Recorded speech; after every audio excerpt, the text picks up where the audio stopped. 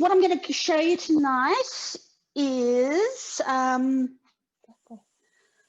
of the, I suppose, tips and tricks to helping have success with your yogurt, whether you are a TM5 or a TM6 owner. Some of these tips are going to help you. And then I will be setting mine to go overnight using the fermentation mode with my Varoma.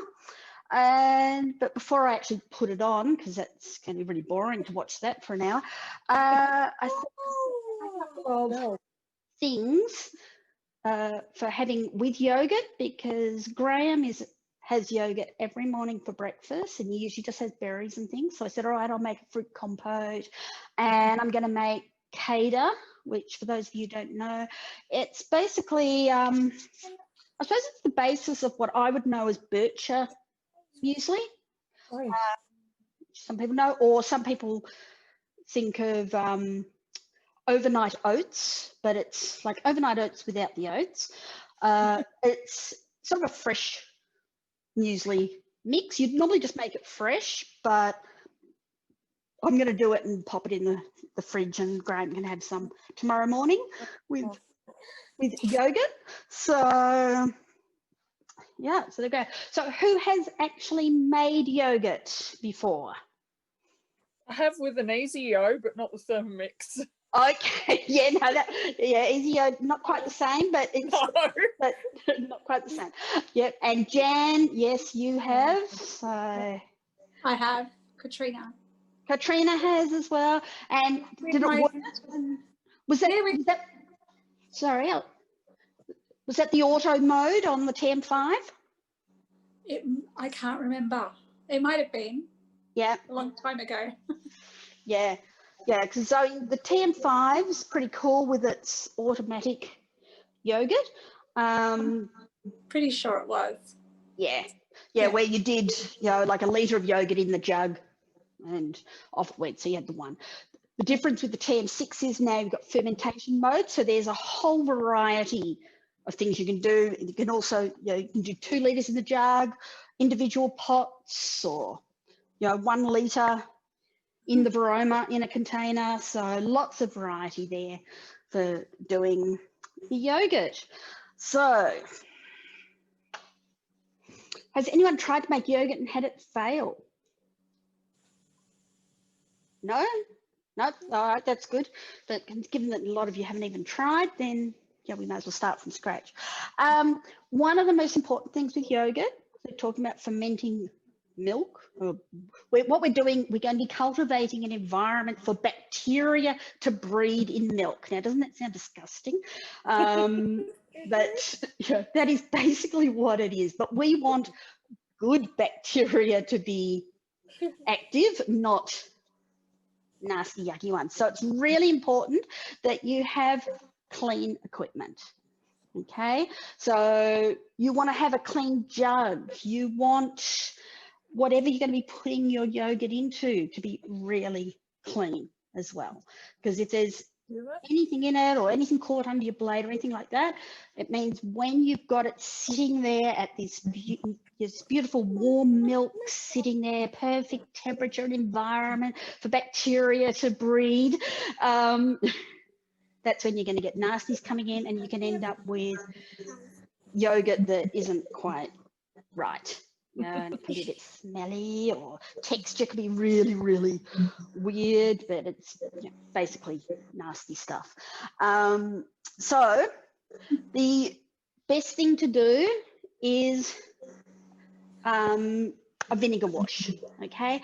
And if I'm making yogurt, I do all these things early in the day. It's not the sort of thing where you go, oh, I'm going to make yogurt now, I'm going to start cleaning my stuff. You're better off getting your vinegar wash and everything done earlier in the day so that everything can air dry. And what I do is when I do a vinegar wash for my jug, and I actually, as you can see, I've put a little ribbon on its handle, so I know this jug that I've got here has been vinegar washed and it's not to be used for anything else today. So I've been cooking madly today, but not in this jug. And what you want to do for a vinegar wash is, which I shouldn't do it on my nice clean one. I shouldn't be handling the inside of that. I'll get my other one out. Oh, pull it apart and check your blade. You'll be amazed if you don't actually look at your blade a lot. You'll be amazed at what might be in there. Okay, so what I do is I have, you can use a toothpick, wooden skewer. I use that to get into nooks and crannies on my blade. And if I look and go, oh, there's something that's actually crusted underneath there, I'll actually just put water in the jug and let it soak to soften off.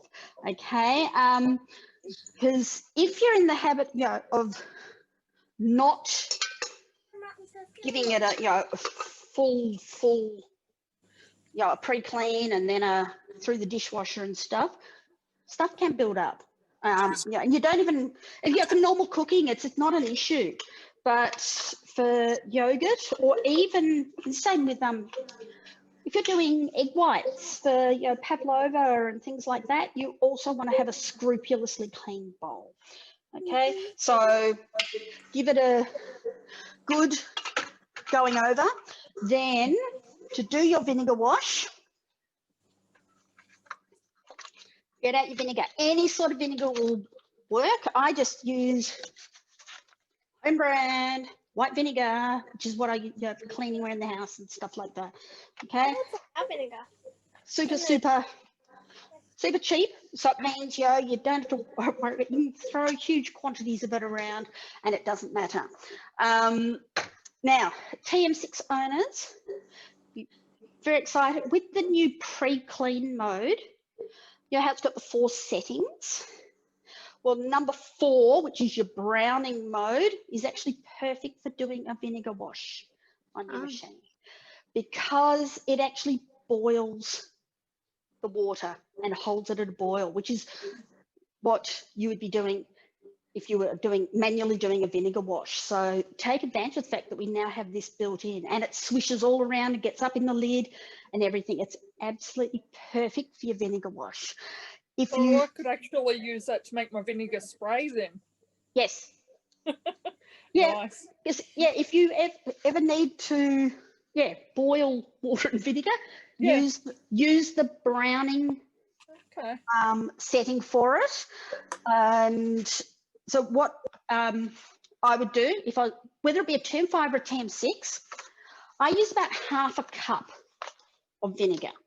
Okay, which the only reason I know it's half a cup is because I actually poured out the amount that I would use today, and then I tipped it back out into a thing to see how much it was. Because what I do is I pour in enough just to cover, where there's sort of the, that sort of lip at the bottom of your jug.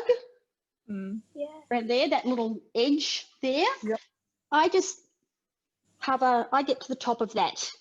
Okay, so it's just maybe a ½ centimetre layer on the bottom. That's about half a cup of vinegar. And then I just pop it under the tap and I fill it to the 1 litre mark just on the jug. All right, and that's the same whether you're doing TM5 or TM6 vinegar wash. It's the same. So if you were TM5ing, you would set it for 10 minutes on, pop it on Veroma or 100. It's going to be the same. It's still just going to boil it, or 120, one of those, for say on about speed 4, 3 or 4 would work, and that'll swish things around. For your TM6, as I said, do the pre-clean. So for those of you who haven't played with your pre-clean mode, I am just going to show you. Okay, so here's our main screen, and There's our pre-clean, and it's got the 4 stages, and that they're explained in the little thing here. And whenever you use the browning one, it says to only ever use vinegar. Don't ever use dishwashing liquid for that one. Okay, so it's perfect for your vinegar wash. Hot or cold water, it doesn't matter, Tiki, because, well, for TM6, it's going to heat it up. So if you put cold water in, it will just go longer because it will bring it to the boil and then it will do its thing. But I usually, I just do a hot tap and it will do that. Okay. With your TM5, if you do really cold water, 10 minutes, it's going to take, probably 5-6 minutes maybe to come to the boil, and then you've got 3 or 4 to swish around. If you want it to be swishing longer, just put some hot water in to start with, and it will come to temperature quicker. Okay, but it's TM6, it honestly doesn't matter. Okay, so what you do is, so we pretend we've got, because I'm not going to do it now because my jug is all done. You don't want to sit and watch for 12 minutes or whatever it is while this jug cleans. You do it around, because you've got 4 notches, and what is it? I think is it dough, universal, fat and sugar, and then the browning. So you just go right round and it will start. Okay, I don't want to confuse it because there's no water in it, but yeah, just go right round till it says browning and let it do its thing. What I do after that is, because I've then done my vinegar wash, so again, as I said, you don't want to see 15 minutes of vinegar wash. I now have this 1 litre of lovely vinegar water that's been boiling. I then use that water to pour on whatever container I'm going to be using for my yogurt. Okay, may as well, why waste it? So I'll show you some different containers, but yeah, what I used to do is I'll pour that in, and it will be nice and hot. Let that sit again, and empty it out and let it air dry, and you've done your 2 vinegar washes. Okay, so that's what vinegar washes are all about and how easy they are. If you're doing you want to do a vinegar wash, we'll get out of yogurt mode just for a sec. If you're doing your vinegar wash because you want to be doing a PAV or something like that, you also want to vinegar wash your butterfly, because that's what you're going to be doing your egg whites with. Okay, so don't put it in while you're actually doing your vinegar wash, because it goes super fast at various stages. It does different things. So once your vinegar wash, your browning pre-clone mode has ended, just drop, put your butterfly in, just set it for 2 minutes, 100 degrees, anything up to, probably speed 2 or 3 will work. And just give that a couple of minutes in the boiling vinegar water, like that. Remember, you don't want to go over speed 4 with it, but yeah, that will then vinegar wash your butterfly as well. But yeah, don't be tempted to pop it in during the pre-wash mode or pre-clean mode. That's that. Now, so your containers for putting yogurt in, you can, with your TM6, because we can use the Varoma with the fermentation, you can be using jars. These are the ones from the Thermix shop. They come in a box of, I think it's 8. And they have a little blade symbol on the bottom. They're really cute. They have a little plastic lid. So they're nice little individual ones.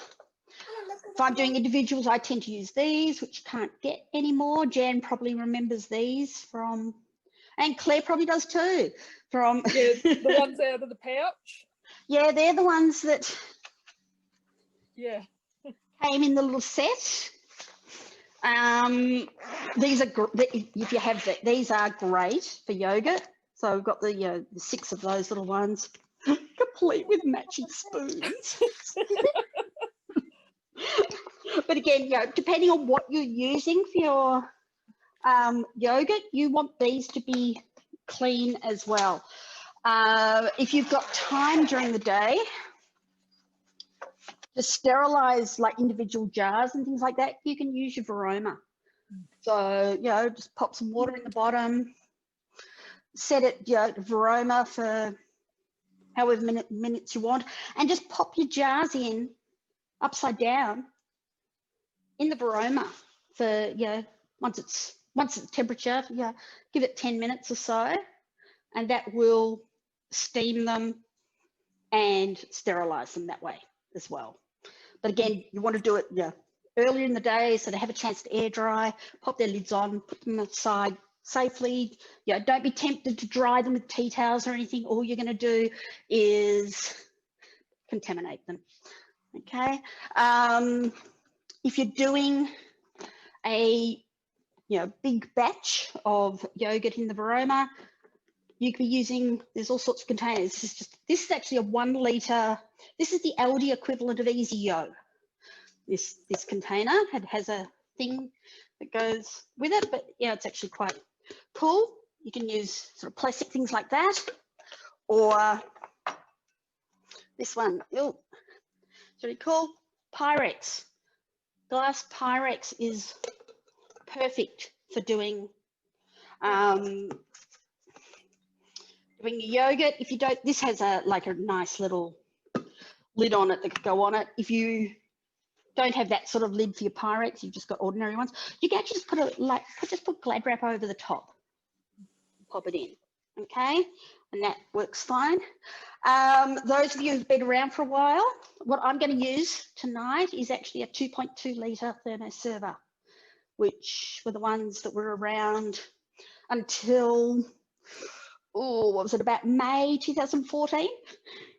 So they were the smaller ones that had with the TM31, and then they went to the bigger one just prior to the, we should have known something was happening, prior to the TM5 launch. We changed from the 2.2 to the 2.6 thermoserver. Yeah, isn't 2020 hindsight a wonderful thing? So the 2.2 litre fits beautifully in your Varoma. It's just a little bit smaller than the one we're used to. That goes like that. When the lid's on, your Varoma lid will go on, and that works really well. And then you're probably all thinking, why are you telling us about these? We can't go back to 2014. No, but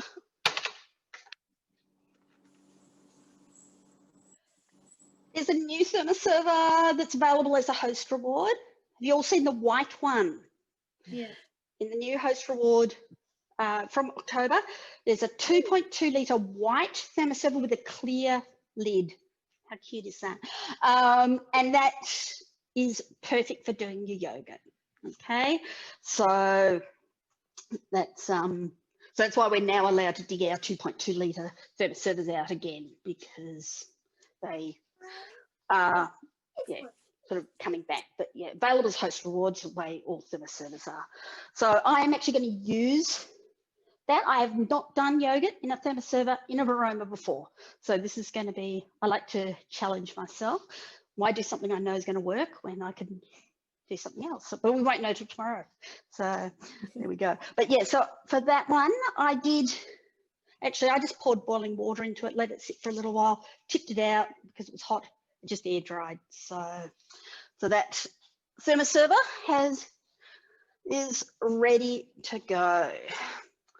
So look, so that's sort of your main things with your equipment, because you don't really need to worry about things like spatulas and stuff like that, because you're mainly pouring your yogurt or your milk mix into your containers and things like that, and then you're just letting it go. So I'll show you the recipe when I put mine in, but we'll show you some of the products that you want for doing yogurt. Best thing ever. long life milk, okay?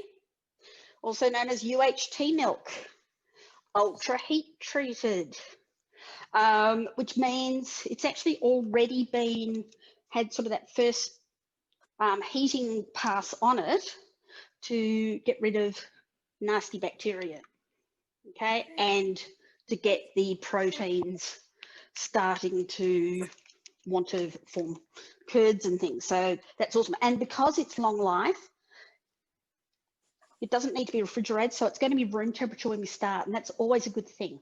So if you're not using long life, using normal milk, you still want it to be room temperature, but obviously you can't leave your milk sitting out for hours. So you would actually have to spend some time sort of getting it up to temperature to start with, you know, to warm it up a little bit before you start.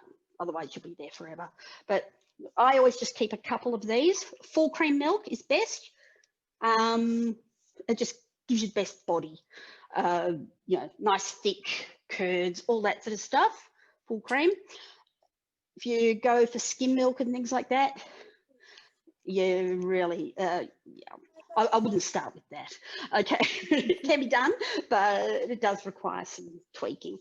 So yeah, full cream, long life milk, any brand. I just happen to have Devondale because we're collecting Ooshis, and Devondale is one of the brands that you get bonus Ooshis with. Normally I'll just have plain label. Okay, so don't think I don't always go brands. First time you do your yogurt, you need to put some bacteria in to start it. And that's where your live pot set yogurt comes. It's a starter, just like making sourdough bread. You put in a sourdough starter when you're starting yogurt. You use a yogurt starter. So what you're going to be wanting is a brand of yogurt that actually says on it, I don't know if you can read it, it actually says pot set. Under the yellow there, it says pot set. I think there's is that a Farmers Union or a Dairy Farmers, one of those. There's a few of them around. As long as they say pot set, it means that they will have all the live cultures in there that you want.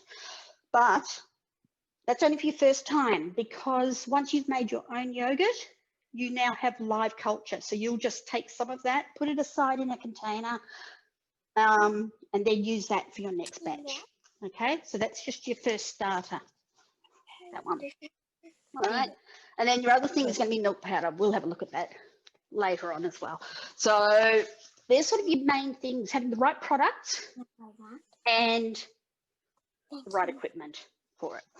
Okay, let's get a couple of breakfast recipes done so that Graham's got something to eat tomorrow morning, which is always a good thing. So I'm going to drop down to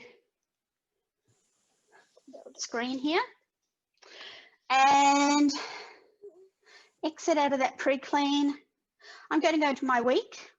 I'm going to show you some of the recipes that I'm going to be doing. This natural yogurt Varoma method is the TM6 recipe I'm going to be using. If you're a TM5 one, you're just going to use your auto yogurt on your machine. The same principles of product and equipment apply for doing your auto.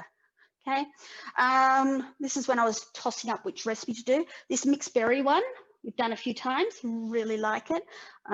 It's got milk, and it actually has condensed milk in it as well, which, as we know, is sugar and milk powder mixed together. So you don't add any extra milk powder, and it's actually quite a sweet one, and it has berries in it as well. So if you like fruit yogurt, that one actually works quite well.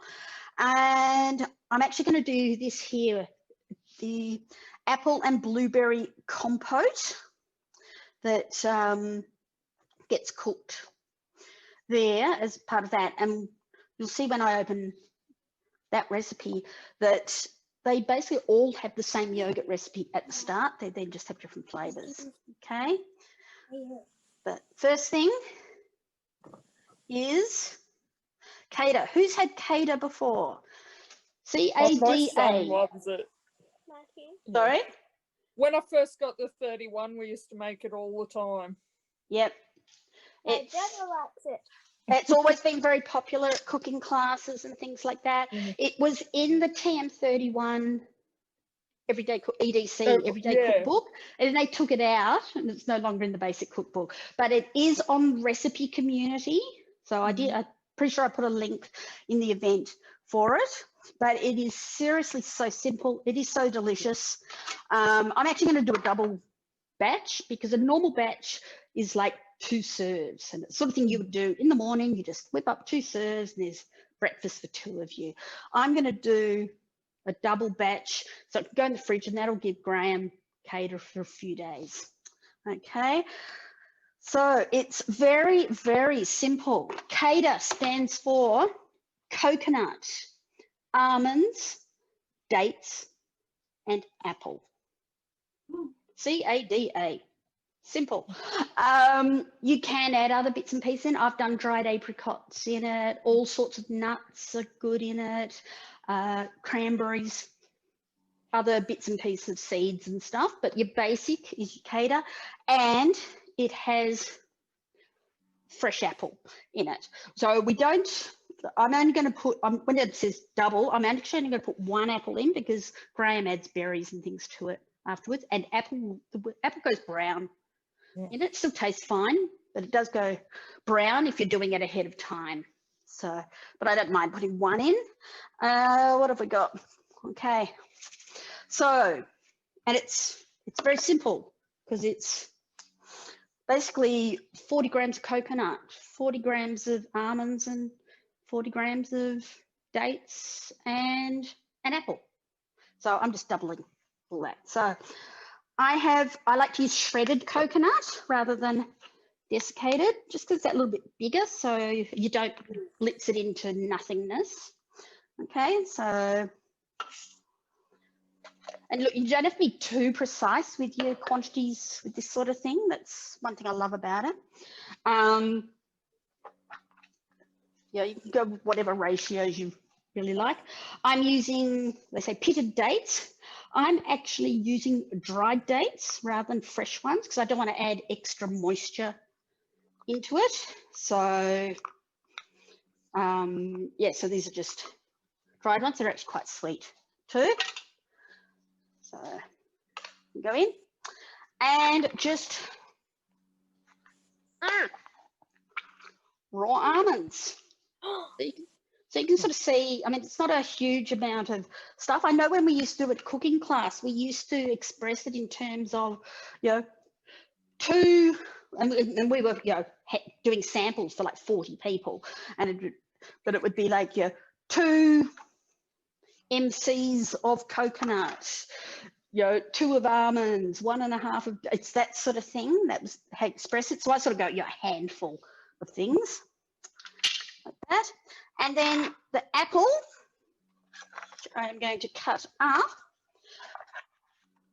I know back at cooking class, we used to say that, you know, you could just quarter it and throw it in. Don't worry about seeds and things, but I personally don't like apple seeds. So I am actually going to cut my apple. The easy way to core it is, let's show you, I just cut down each side of the center. So you've got like that. And then chop those off. So you end up with a square core. Okay? And that's a lot easier than using one of those corers that goes in and gets stuck, and then you've got to push the core out, and it's a real pain. So I've just ended up with, you know, pieces of apple like this. So I'm just going to cut those, throw in. Not that easy. So that's it. That one can go in the rubbish.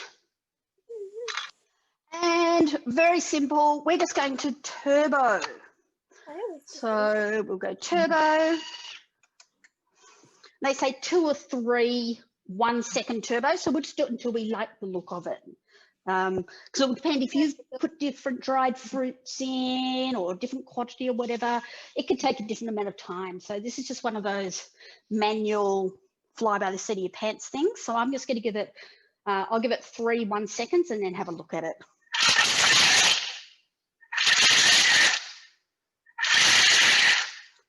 Okay, so let's see what 3 1 seconds of a double batch looks like. Oops, help if I exited off turbo screen. Okay. Oh, and you can use red or green apple. I just happen to have green apple, so that's why I used it. Okay, so there we go. That was 3 seconds. If I had put a second apple in, it would be moister, but that is fine for Graham's yogurt batch.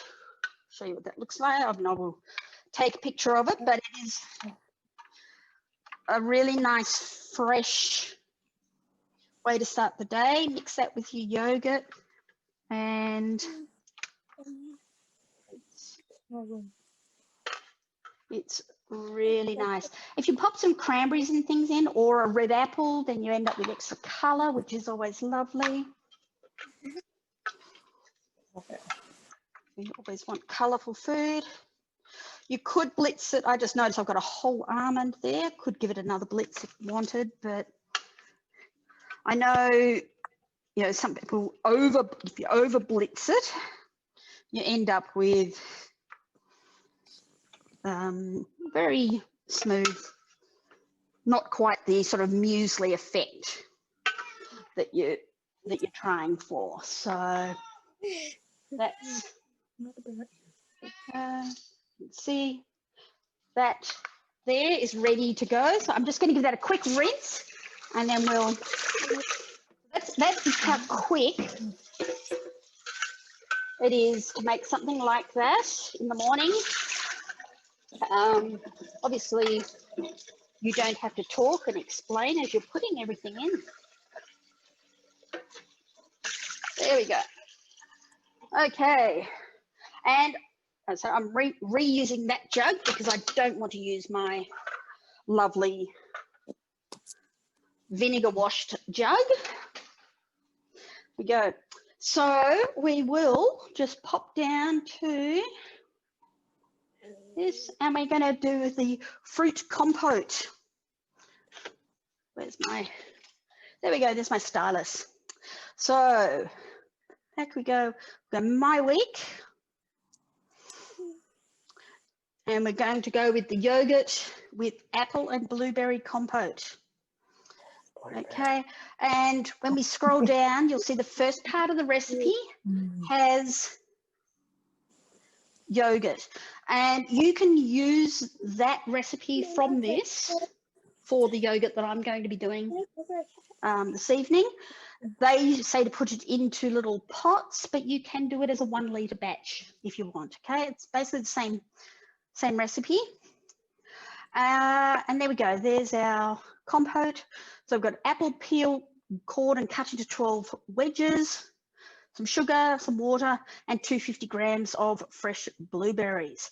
So I'm only doing the compote, so I'm going to jump straight to that step.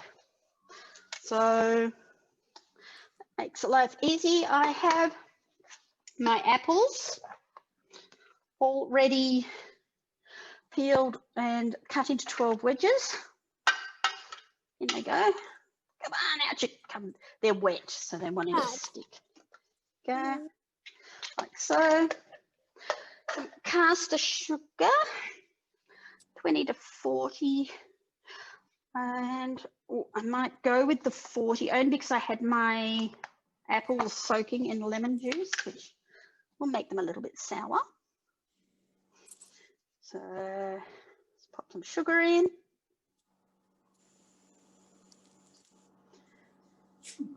And there we go. That one, tiny bit of water. Oops, won't matter. And, oh, that's right, blueberries don't go in yet. I just suddenly thought, oh, it's forgotten the blueberries. Trust the recipe. There we go. All right, so it's just going to cook those apples. Obviously, if you already had some stewed apples, you could pretty much skip this step, just pop your apples in and jump straight into the next bit with the blueberries. So we're actually stewing apples. as we speak. So while that's doing that in the background,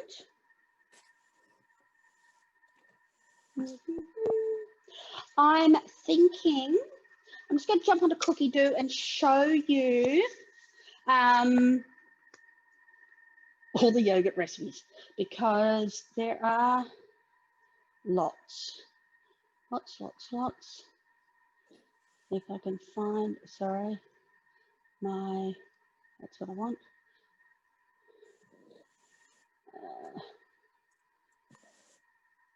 Let me go, there we go.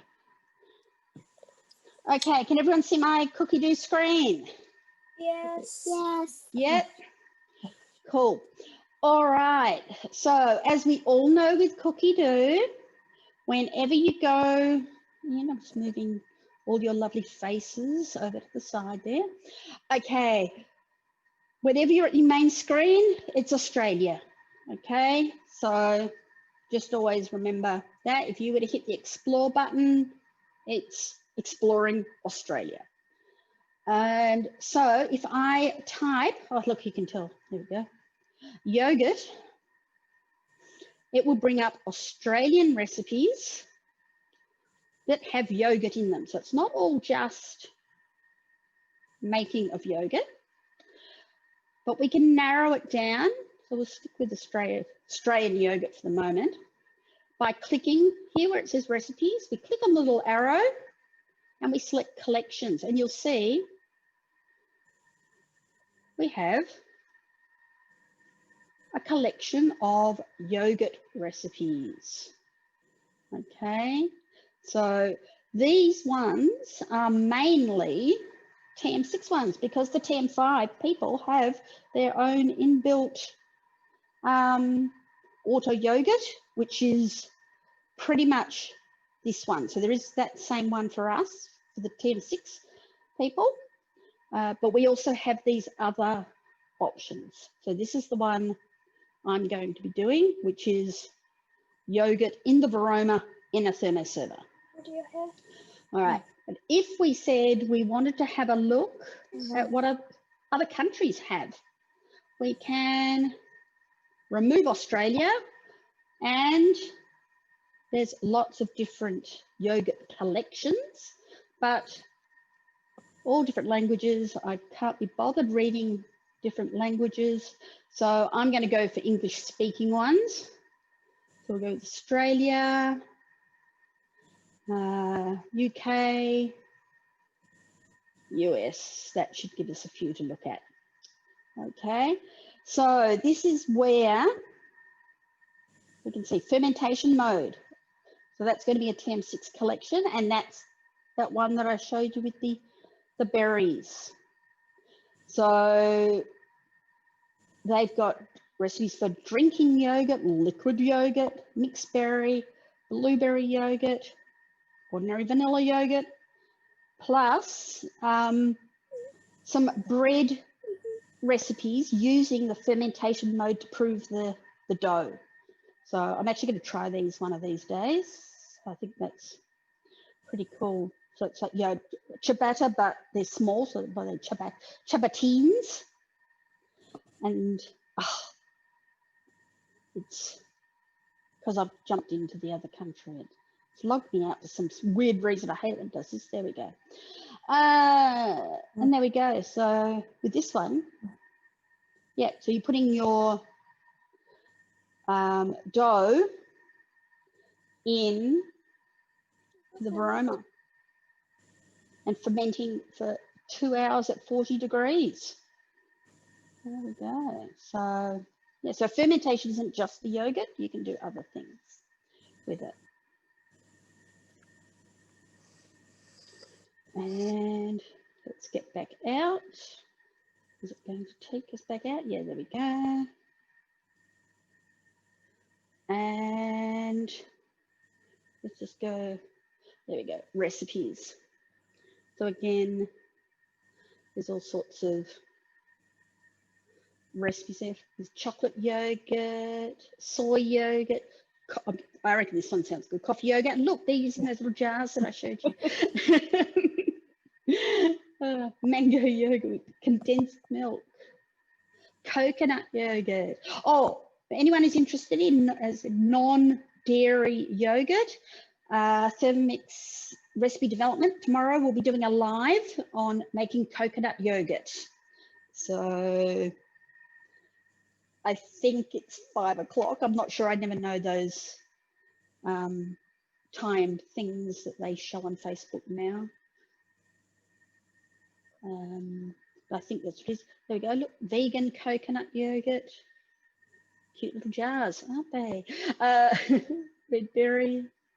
So explore cashew yogurt. So explore the collections. You'll be amazed. That's the Bixberry one that I like, because you will find all sorts. I think this is the one from the basic cookbook, the TM6 basic cookbook. Let's have a look. Yes, it is. Yep, so that's the one we all made the first time we did yogurt, and it works. So it's a good one to start as well. So there's lots of yogurt recipes there for you to play with. So again, as I said, whenever you click explore, it will wipe out any filters or anything you're doing and just take you back to Australia, so you know where you are, which I actually like. I know people say it'd be really nice to be able to, you know, have certain filters stay on all the time, but I know sometimes you can go down a total rabbit hole looking for things on Cookie-Doo, and you're wondering why you can't find something, and it's because you've put on the filter for Iceland or whatever, I don't know. Sometimes it's good just to be able to go hit explore, and it's basically reset back to square one. So that's there. Now, does anyone want to see anything on Cookie-Doo while I've got it open? Oh, it's chocolate cookies. I made the caramel toffees yesterday. They're great. Oh, they worked well, did they? They really did. Actually, Emma made them. I poured them because I was worried about the hot sugar thing. Yeah. But it poured really well. And yeah, they're fantastic. Oh, cool. I haven't tried those. Let's have a look. Really easy. Are they? Yeah. Yeah, and it uses the sugar mode. So yeah. Well, I think so. I wasn't even in the room when Emma made them. Yeah. Well, look, it says it's a TM6 recipe, so that means it must use something that TM5 doesn't have. So it's your sugar cooking mode. Oh, there we go. It says sugar stages. Yep. So and I love it puts the pre-clean in the recipe, so you do it straight away. Yes. Cool. Okay. I'm just going to jump back to our recipe. Here we go. And because now our blueberries go in. So we've cooked our apples, and I have a big bowl of, do you know, punnets of blueberries are like 175 grams. So this recipe wants 250. So it's like you have to get 2 punnets. That's all right. I always just think a punnet's going to be 250. Like, you know, with strawberries or whatever. Yeah. There you go. That's near enough. Yeah. But yeah, no, it was 175. Cool. Okay. Let's pack up some of these little bowls out of the way. There we go. Okay. Oh my god, that was good. Yes. Okay. That's what we're doing. The so doing the sugar stages. Has anyone done anything using the sugar stages cooking yet? I think most people try the honeycomb at some stage. But Jan's smiling. Jan, you've done the honeycomb, have you? Yes. And that's that's a basic cookbook. Because another one that's really good to try is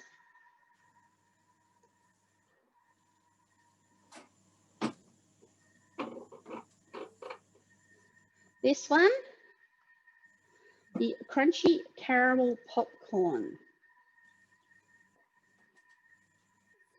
Da, da, da, da, da. So you don't make the popcorn in it, make your popcorn separately, or buy the just plain popcorn, and then you make this amazing caramel coating which you toss over the popcorn, and then it goes in the oven, so it crisps it up, and it is unbelievable, really good. So it goes hard and you break it into pieces, and if it had nuts in it, it'd be just like Lollygobble Bliss Bombs. It's so good. We all remember Lollygobble Bliss Bombs, I'm sure. There we go. Okay, so anyone have anything they want to see in Cookie Doo? Anything you can't find, or you've seen a picture of, and I should actually tell you all to think of these things before we come on Wednesday night, so I'm ready to ask, but that's fine. So this is going to finish this, and then we're going to jump straight into our yogurting. So, and I'll show you some hints and why it's so good using the long life milk for it. It saves you a heap of time, I can tell you that now. So I've got a minute left on our apples and blueberries.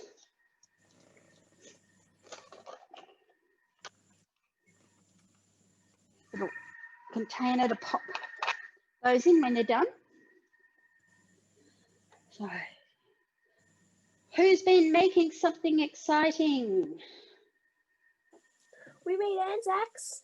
We made Anzacs, yes, they're always exciting. Yeah. They're always exciting, aren't they? No, Anzacs are good. Being able to make Anzacs easily is very good. Oh, yeah, except I eat them easily too. Yeah.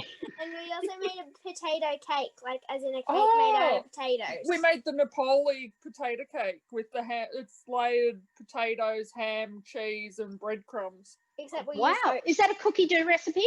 It is, yeah, except I tried to take it out of the tin in a hurry and it collapsed. Oh, so it turned out okay. to be Tasted good though. Oh, well, look, we'll get this yogurt on, and then we're going to have a look for those Napoli potato cake things. Yeah. So. Oh, I don't think it's on. It might be on the Australian one, but I'm No, not it'll sure. be on the Italian, won't it? Yeah. Well, Yeah. it's in English, so I don't know. Well, we'll just find it because we can find anything. That's it. I made the Okay. cheesecake, Louise. made a I made the cheesecake? cheesecake. Oh, which one did you make? Yum. The Was it the one that same- you did on. That is so good, and It's beautiful. beautiful, isn't it? So easy. Yep. Okay, there we go. And it says, here we go. Can't read this, but I tell you it says, serve compote warm or cold with yogurt. Okay, so there we go. I'm just going to pour this in here. Oh, because it's so loud. I'll show you this in a sec. I'm just going to get those blueberries off my blade. There we go. So I have a lovely pink jug now, which I won't be able to use pre-clean, so I'll have yogurt on. Oh, well, that's all right. I'll do this by hand now. I'll just put some water in it so I don't forget. Just to cover the blades. There's nothing worse than forgetting and then coming back to it later, it's all caked on. So, all right, so I have a beautiful compote of blueberries and apples. There, I'll pop those out of the way because they're nice and hot. All right, yogurt. Let's jump down and find yogurt recipe. So we're going with the natural yogurt Varoma method. There we go. Again, as usual, we can look through the whole thing. Whoops. And we're going to start a new recipe. So, but I just want to actually show you something in here. All right. It says to put a small bowl on the mixing bowl lid and weigh your yogurt into it. I never actually do that. It's just dirtying another bowl. You can do it if you like. I don't worry about it. Now, I don't know if you can see here, but it says what we're going to be doing is putting our milk into our jug and heating it for 10 minutes at 80 degrees, speed 3, and without the measuring cup, because you don't want to actually build up condensation in there and have that dripping into it. Because I'm using a long life milk, I don't actually have to do that. Long life milk, UHT, is ultra heat treated. It has already had that done to it. Okay, and this is where it actually saves you. Even though that actually says to do it for 10 minutes, you then have to let it cool down to 45 degrees, which can take 45 minutes to an hour for it to do that. So we can actually skip all of that. Yay! So see, there's method in madness here as to why we would be using long life milk. So there's a couple of reasons, but it does actually save you a lot of time, because all we need to do is actually heat it to the 45 degrees. Right, so I'm going to jump to there. I'm just taking my lid off. There we go. Pop in a litre of full cream milk. So I'll just open up my lovely carton, and I'm putting, hopefully, well, there's usually a little bit more than a litre in one of these.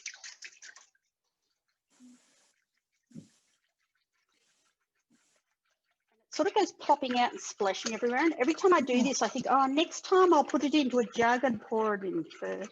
But I forgot again. Okay. I always forget until it happens again. All right, we're nearly there. There's usually a little bit over, just enough for my cup of tea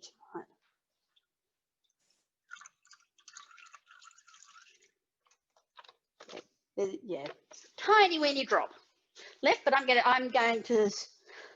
do it properly. They said they wanted a litre. They have got 1,000 grams of it. All right, now it's saying without the measuring cup, so I'm just popping the lid on, taking my measuring cup out, and where it says 80, we don't need to go to 80 because we've been heat treated, so we can just go straight to the 45. There we go. And because it's already room temperature. Why don't you put the measuring cup? No, it says without measuring cup. So there we go. So we'll just let that do its thing. There we go. So measuring cup is out, so we're not going to be sweating in there. And we're only having to go to 45. If you're choosing to use regular milk, which I know dairy farmers will be using normal milk, you want to do that heat treating bit. The 80 degrees, as I said, serves two purposes. One is to kill bacteria that you don't want developing in there. And the other one is it actually starts breaking down certain proteins in it, which add to the forming of the curds. So you'll get a better curd formed. But long life milk's already had it done to it, so that's pretty awesome. And because it sits at room temperature all the time, we're already on 37 degrees. So it saves you lots and lots of time. Now, they say to put the yogurt into a little bowl, and then you mix some of the warm milk into it and then put it back in, all that sort of stuff. I don't bother. I just took this out. Sorry, I stuck out of your line of vision. This isn't super cold straight out of the fridge. I took it out before we started talking. So it's not going to be super cold. It's not going to affect the temperature when it gets dropped in or anything, and it will mix in quite nicely. So there we go. Now, what we're going to do is we're not going to stop it as soon as it hits the 45, because we do want to make sure that it is the right temperature all the way through. Okay, so that's what some people, when they heat things up like this, and they go, oh, it's hit temperature, and they stop it. But just bear in mind that 45 is the temperature at the bottom of the jug. Okay, so it's saying that the milk at the bottom is 45. The top could still be cool. I mean, it is stirring, but you do want to make sure that you've got a nice even temperature all the way through, because it's having it sit at the right temperature for that extended period of time overnight is what makes the yogurt. Okay, so when people have yogurt fails, it's because things like, as I said, dirty jugs, dirty containers, well, not dirty, but just not sterilized ones, or temperature too hot or too cold. All right, once you sort of master those and get a feel for those, you'll be fine with yogurt every time. But yogurt's no different to any other sort of, I suppose, dairy culture working. Like if you're making cheese that uses cultures, so things like your feta and camembert, all those sorts of ones where you're actually introducing a bacterial strain to create a culture, you have to be really careful with making sure everything's sterilized and clean and all that sort of stuff. And yogurt is pretty much the same with it. It can be a little bit more forgiving, but not always. And we've all seen on Facebook all, you know, people saying, oh, my yogurt won't work, or it's too thin, or it's too thick. Or, yeah, no, you never said the same too thick. So that's what it is. And oh, so now do people know what Greek yogurt is? People sort of, they say Greek yogurt, oh, we need to add extra milk powder to make it extra thick or whatever it's like. Greek yogurt is just any yogurt, full cream yogurt or any yogurt that's been strained. So after you've made it, you strain it and get the liquid out, and that's what makes it thick. So you're not actually making it thick to start with. So Greek yogurt isn't made thick, it is strained, and that is what makes it thick, and that is what makes Greek yogurt. Okay, so just because you make yogurt and go, oh, this is lovely and thick, that does not make it Greek yogurt. You would have to actually strain it, and then it becomes Greek yogurt. So a lot of people just equate thick yogurt with Greek yogurt, but it's not. It is actually the process of straining it. And if you keep straining it, it will turn it into yogurt cheese or labna. So, yeah, but one thing you'll find is the first time you make your yogurt, it may not be as thick as you like, and that's fine because it is brand new culture and bacteria that you're developing, okay? In which case, yes, strain it. If you've got a nut milk bag or clean chucks, that sort of thing, or cheesecloth, whatever, you can strain your yogurt and make it thicker. Next time you make your yogurt, you're going to be using some of your homemade yogurt as your starter. So you're putting more of that bacteria back in, or the culture back in, and it's going to be multiplying more. So it gets thicker and thicker every time you make it until you reach a point where it's actually too cultured.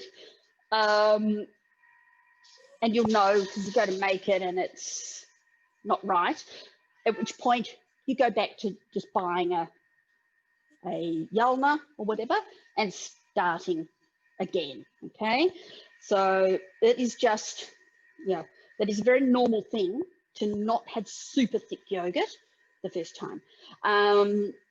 Adding milk powder can add extra body to it and help make it a bit thicker. All right, but once you've got your culture working nicely, you know, the right balance of bacteria, you can make a thick yogurt without milk powder at all added into it because it will do the right thing at the right temperature to make its curds, and the proteins work well, and they eat all the lactose that's in the milk.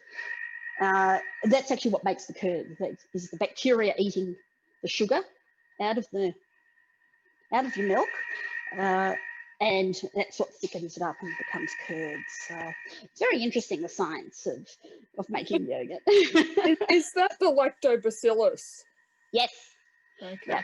There's a couple of, I mean, I only ever know lactobacillus. I don't try to remember all the. Oh, I think there's acidophilus as well. Yeah, there's lactobacillus. Well, Lactobacillus acidophilus is one bacteria strain. The other one is Bifidobacterium lactis. Yeah. And then there's Lactobacillus casei. Okay. Yeah. But yeah, it's that first one, the Lactobacillus acidophilus, is sort of the main one that does it. But that's what, with your pot set, yeah, it will say pot set, but when you look at the ingredients, it says, sorry, I put my glasses on so I can actually read. It says it's got pasteurized whole milk, cream, and ABC probiotics. So that's your acidophilus, your Bifidobacterium, and your casei. So ABC. So there we go. Have you ever added inulin to it for a prebiotic? No. No, but you can. I know lots of people who add probiotics instead of yogurt as starters. So as long as you've got the right, I suppose, ratio of bacteria and the right ones. I know people use, Inner Health and all those sorts of probiotics for it. So as long as it's got the right strain of bacteria, go for it. That's why, vegan yogurt usually has probiotic capsules broken into it. Obviously, you're not going to be adding this into vegan yogurt. Don't tell them. Yeah, but I was actually thinking the other day, maybe I should just get some probiotics to keep in the pantry so that, don't have to go out to the supermarket and buy that on the occasion that need a new starter for yogurt.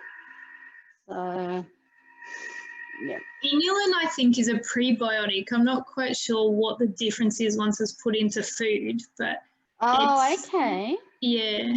Might be something you need to look up. Yeah, because I've made other yogurt before that, and I've used it in that. Yeah. It'd be just getting the ratio right, like you said. Yeah, it would be. And Alison, I will answer your question about the stringy yogurt. We'll get this. Here we go. Okay, now I'm just going to show you what it says on my screen for this recipe. Okay, so remember we had initially started this recipe that says 80 degrees. We dropped it to 45. And it says to allow to cool in the mixing bowl until the temperature drops. So you could take your jug off, go and do other things, come back in an hour. And what you do is you pop your jug back in to your, here we go. When you pop your, see when your jug is out, can you see your temperature thing in the middle? And it says nothing. I've popped my jug in and, miracle! It says it's 45 degrees. So that was an hour of our life we didn't lose. So that's, thank you, UHT milk. Okay, so we've allowed it to cool in the mix bowl. Now it says add a little of the cooled milk to the reserved yogurt and stir to combine. I always just spoon straight out of my tub into here. They say 55 grams. It really doesn't matter. I usually put more just because I can't be bothered measuring. Let's have a look. So I'm actually just going to go straight from my tub in here, but then I may give it a mix through while it's in the jug. I just don't like dirtying extra bowls and doing all that sort of stuff. So I'm just going to put a nice big fat scoop. Oh, look at that. Ha, look at that. Almost double. That's all right. It's not going to hurt it, so we don't have to worry about that. And we put our yogurt mixture. And they say 50 grams of full cream milk powder. 50 grams of milk powder is like a really heaped, if you get a 1/4 cup measure, it's really heaped, or, you know, sort of close to a 1/2 cup measure. I know a lot of people say, you know, that they just double the milk powder and be done with it, to add extra body. I don't know if everyone's seen Thermogroovers, which is Jeanette Pierce down in Tasmania. She's sort of the guru of yogurt. She puts, she'd probably put about 100 grams of milk powder into this mix. So let's have a look. What have we got? Milk powder is very light, so I feel like I'm putting heaps in, but that was 2 heaped spoons. Oh yeah, so the recipe. So we'll go a bit over. Look at that. Oh, why not?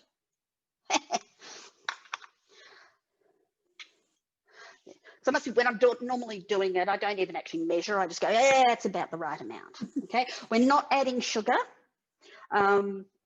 because, you know, we've got sugar in the what do we call it? The compote, that sort of thing. And I don't like to add it in because if I'm using yogurt for cooking, I prefer it just to be plain natural yogurt. Yogurt is a brilliant substitute. If you're doing recipes that call for buttermilk, yogurt is great. I usually do a mix of, if I've got really thick yogurt, I'll do a mix together just normal milk and yogurt, and that will give you enough of the acid that you would normally be adding buttermilk in. You know, things like banana bread, they like the acid to work with the bicarb.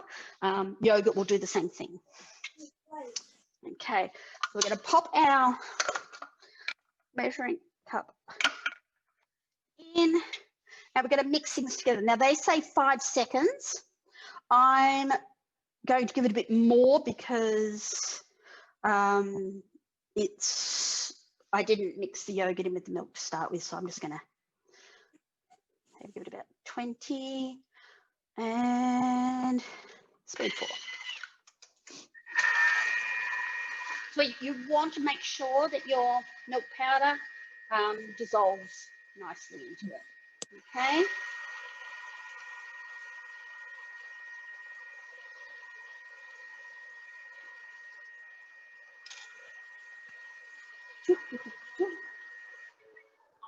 Lovely. Okay, and we're going to pour it into our thermoserver. So we'll just keep this. All right, so I have my Varoma here. I have my 2.2 litre thermoserver, which fits in beautifully, and I'm going to pour my milk mix in like that, and pop its lid on. And my Varoma lid will fit over the top with that one in. It's not going to fit with your 2.6 litre, okay?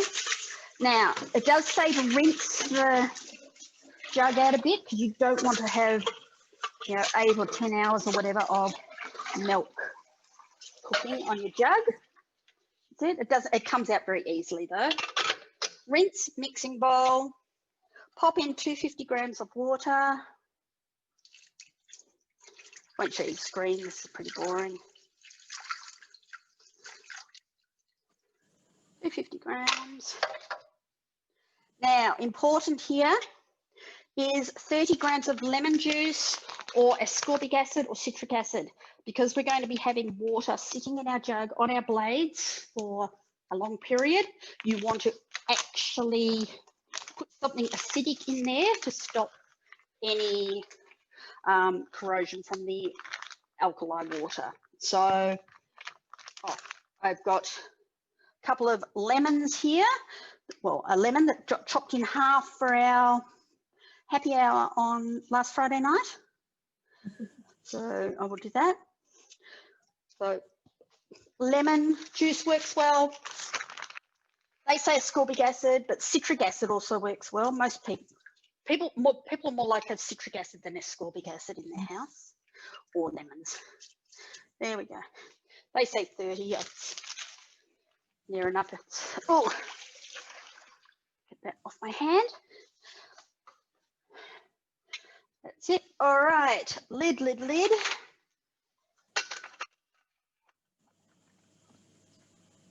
Like so. Place Varoma in place. And I will just show you the screen so you can see what it is saying here. What it's going to do is it's going to go for 10 hours. It's going to hold the water. It's going to bring the water up to 70 degrees and then hold it there for 10 hours. 70 degrees in the jug. Remember, I only put 250 ml in, so that's only a tiny little bit of water in the bottom. The blades aren't going round. It's not going to evaporate or anything. 70 degrees in here will mean it's going to be about 40 degrees up in the Varoma, which is what you want. Okay, so we're not cooking the yogurt at 70 degrees. That's just what the base temperature is. And we just give it a tiny turn, and it now goes for 10 hours. Okay, so that's why I did that right at the end, because there we go, because you don't want to watch that for 10 hours. Yeah, so just remember, if you're using the fermentation mode to prove, you know, your bread or whatever, you want to be proving, you don't want it to be too hot, you know, you want it to be sort of, you know, 37, 40, that sort of thing. Set it to 70. I know some people go, oh, I don't want it to be too hot, and they'll set the fermenting thing for like 37, 40 degrees, and that's actually not enough heat up in the Varoma to actually do anything. Okay, so just remember that temperature at the bottom is the heating element temperature, not what's going on up in the Varoma. All right, so 70 degrees in the jug gives you a perfect incubation temperature up here for yogurt. Okay.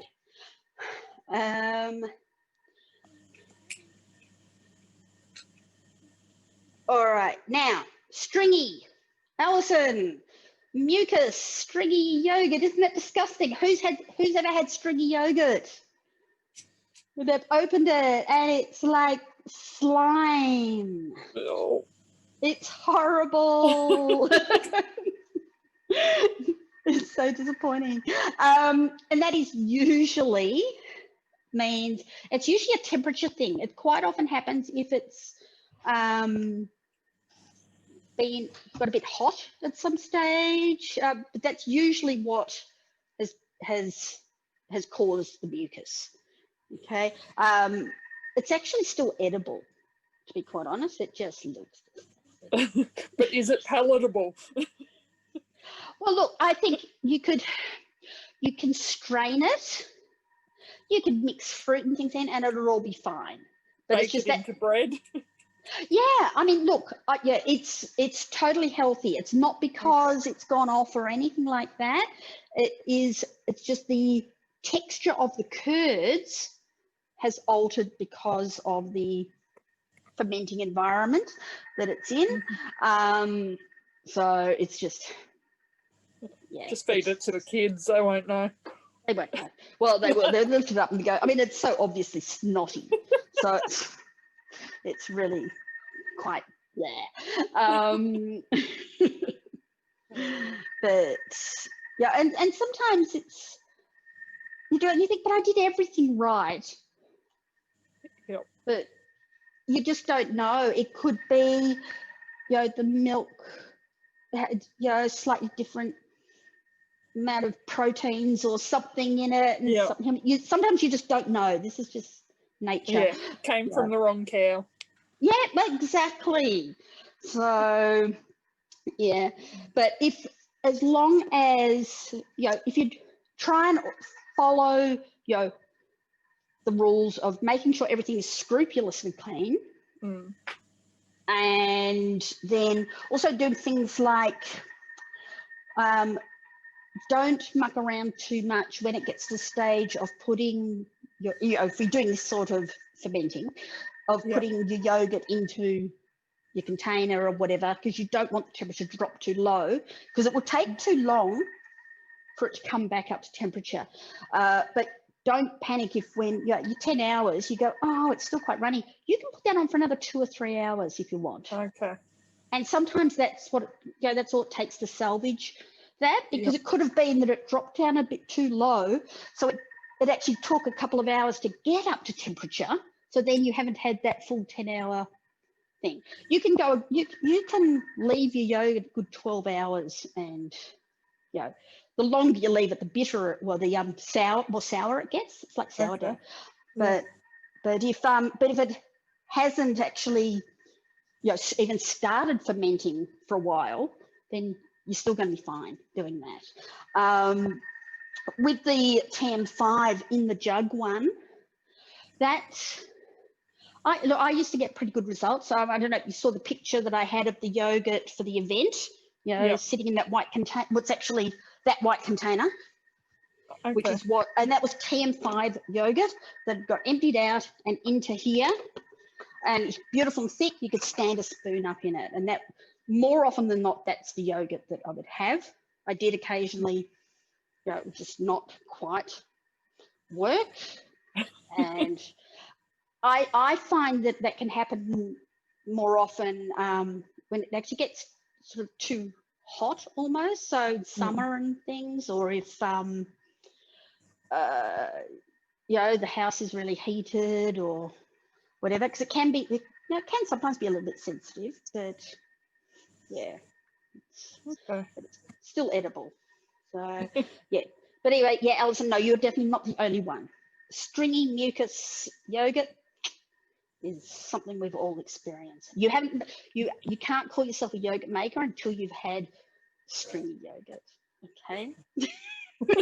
You need to have experienced all the fails as well to be able to do that. So so any questions at this point? So who's going to go and try and make yogurt tomorrow night? Well, I'm hoping my yogurt jars arrive tomorrow. Yeah. I'm hoping to. Good, yeah. And that's why I was thinking, it's not really suitable for everyone to do cook along tonight, because there are so many things you sort of want to do in advance to get ready to do it. And then just remember 10 hours. TM5 is 8 hours in the jug. And if you're doing the TM6 in the jug method, I think it's 8 hours as well, because it's in the jug, it's it actually gets a bit warmer in the jug, so it doesn't need to go as long. So don't do what I did the first time when I got my first TM5, and I was like, yeah, I can make yogurt. And I put it on and realized it was ready at 4 a.m. Great. and I didn't know enough about it then to know whether or not I could actually stop it and then start, do it again later, or just let it go, or what. And back then also your Thermomix chimed forever. You didn't have the volume control or the duration on there. So 4 a.m., 15 minutes of chiming, that's a popular thing. So so just remember your timing for when you want your yogurt to be ready. So don't put it on at 8 o'clock at night like I did the first time when it was 8 hours. I don't know. Russell could turn it off when he gets up for work then. We don't all have someone who leaves that early. Yeah, but look, if you do have someone who gets up early, because all they need to do is they switch it off and they can just grab the whole jug and just pop it in the fridge. Yeah. Because that's what you want to do. Once your yogurt is done, it's still, you're going to look and you go, oh, that's runny, but it hasn't chilled yet. As it chills, it will firm up That's it. as Yeah. well. So what I like to do is if you're doing the jug one, you're going to want to, once it's done, you're going to pour it into a container and into the fridge. And what I do is I put it in the fridge with the lid off, okay? So that there's no condensation or chance anything until it's fully cold, then its lid goes on. But doing the fermenting this mode, look, I will put the thermoserver in the fridge, and again I will probably take its lid off when it goes in the fridge, because once it gets into the cold, it's actually going to Sweat. generate condensation Yeah. in that environment. So I will, when it's done, I'll take it out, take its lid off, pop it in the fridge until it's chilled, and then probably put its silicone lid on. Have we all got these for our thermoservers? I've ordered one. Yep, they're really cool. They're great for storing your thermoservers in the fridge. So, yeah. So that is what you do, want it to go in the fridge. So if you want yogurt for breakfast tomorrow morning, like if we wanted yogurt for breakfast tomorrow morning, you wouldn't be eating this. Okay. This is for the following day. So that's why I still have some yogurt left in here. So Graham will have yogurt tomorrow morning. Yeah, because warm yogurt, warm runny yogurt straight out of there isn't. No, well, that doesn't appeal to me for breakfast anyway. Yeah. Grace, back to bed, please. Right, I've got a naughty 6-year-old at the moment. God. Are they back at school? No, they're back at homeschool for this week, and they're back next to week. school next week. So that's something. Okay. Anyone have anything else? With the vanilla yogurt, because I've got a fussy husband who'll only eat vanilla yogurt. Yep. Are there any sort of tricks to knowing how much flavour to put in, or rules with that? Will that affect the texture, or? No, it's fine putting it in. I normally will quite often do vanilla yogurt, because putting a little bit of vanilla in your yogurt is really good, because it actually sort of cancels the sourness, which is what a lot of people don't like with natural yogurt, is that sour yogurt taste. And you can put a little bit of vanilla in and we'll actually cut that sour without even really making it taste like vanilla. So you may need to, from a flavor perspective, pop some in, and then with a really clean spoon, once it starts mix, actually put a spoon in and have a taste. Taste it, yeah, and see if you've got enough. If you go, oh, it's not quite enough, throw another teaspoon worth in, and then and then you'll know. And then the next time you make it, if your husband says, it's not enough vanilla, double it the following time. But but yeah, you can totally do, because I don't put sugar in, but I will sometimes put a bit of vanilla in. And and that's not an issue if you're using vanilla in sweet cooking and stuff. Having a bit of vanilla in, it's not going to hurt it at all. You don't notice it. No. Yeah. So there you go. Awesome.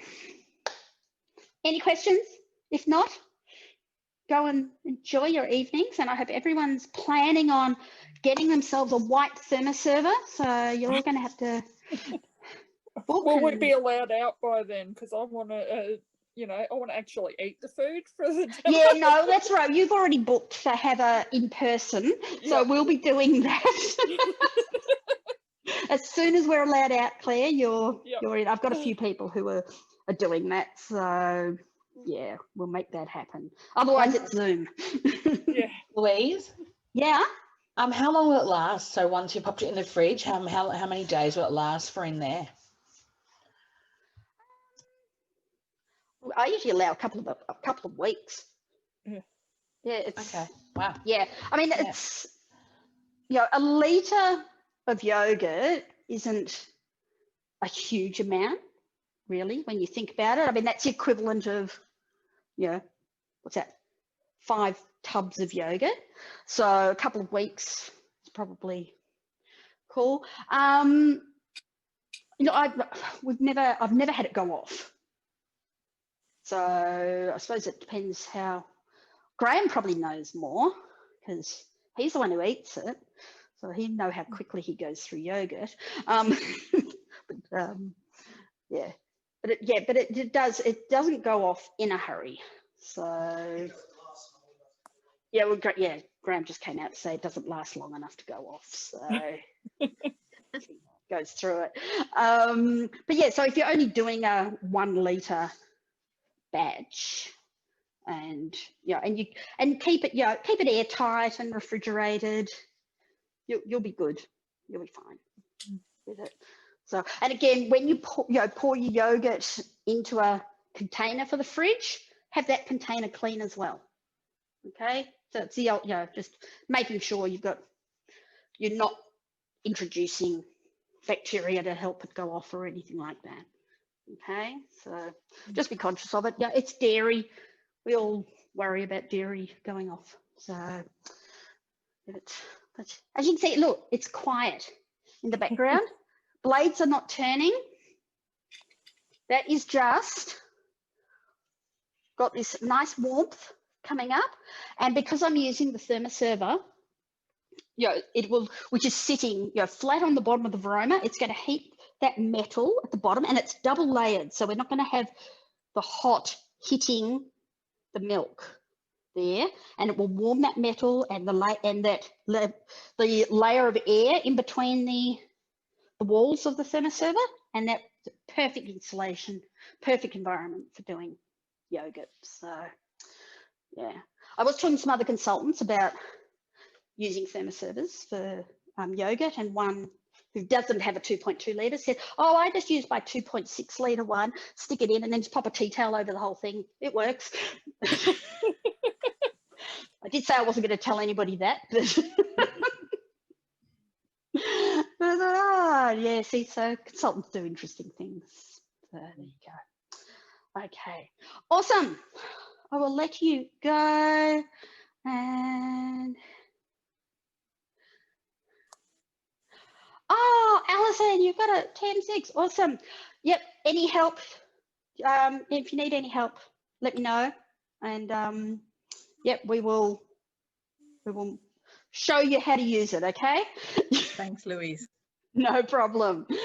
Why didn't she come to me to get it? Sorry, I shouldn't say that, should I?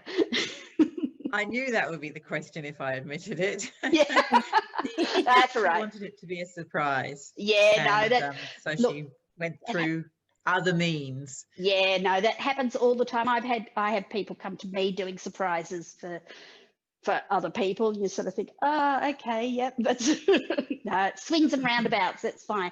But yeah, no, I'm Absolutely. still here for you. So yeah, you're Thank gonna you. love. How long have you had it? 2 weeks. Oh, okay, so still brand new. All right, yep. There's Well, I learned 3 things today, so it's been really good. Yeah, look, and that's what Thank you. Wednesday night sessions are all about, looking at the different features and making Yep. the most of it. So Yep, it's really Yep. good that it's happening. Well done. yep, it's good. Awesome. Okay. Thanks, Lou. Any other questions? No, all good. Thank you. All good. Now, Jan, is that you waving or putting your hand up? No, going. See ya. You're going. Okay. All right. See you, everybody. Oh, next week. Anything in particular anyone wants? A holiday? Yeah, I don't know how I do that on Zoom. I'll put a thing up behind me. Oh, here we go. Yeah, I know. You're on a holiday. Let me give you a holiday.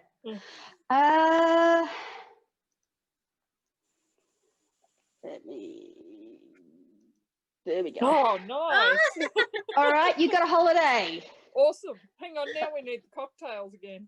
Oh, we do too, don't we? Yes.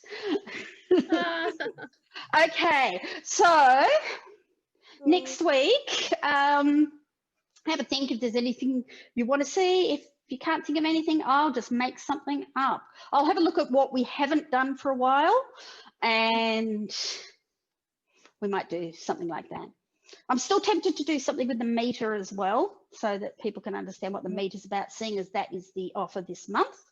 So, and I love my meter. That's so good.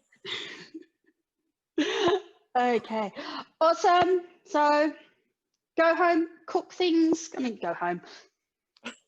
Yeah. You're in your homes. Switch off.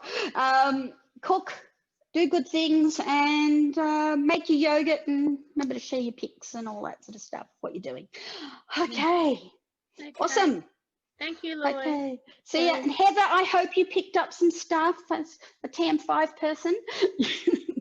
Yes, it was terrific. Thank you, Louise. Well, when are we getting a TM6 into your kitchen? Yeah, don't know. You can always dream. We'll have to work on that. You'd love it. Having two would be I'm awesome sure. for you. Yeah. Yeah. No dramas. Okay. Thank you. I'll see you later. See ya. Bye, Yeah. Claire. See you, Heather. Bye.